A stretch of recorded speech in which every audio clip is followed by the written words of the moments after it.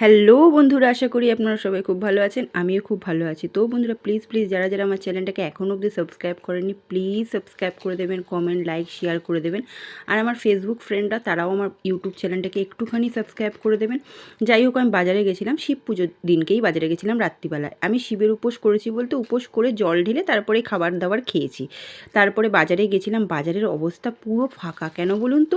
মাছের বাজার বসেছে কিন্তু অত লোক নেই। সবাই তো আর শিব পুজোর দিন মাছ খায় না, তবু আমরাও তো খাই না। যাই হোক, মাছটা এনে রেখেছিলাম পরের দিনের জন্য। তারপরে রাস্তা দিয়ে আসছিলাম, এই দেখুন পুজোর মন্দিরটা কি সুন্দর লাগছে।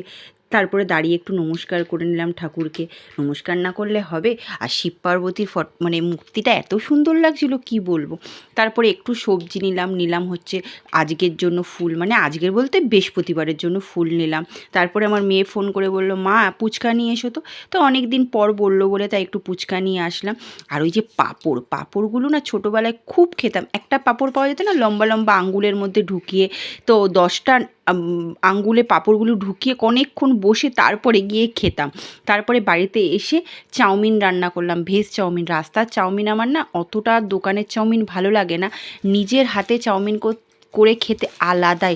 চাউমিন আর সেদ্ধ ডিম, এটাই হচ্ছে রাত্রিরের খাবার।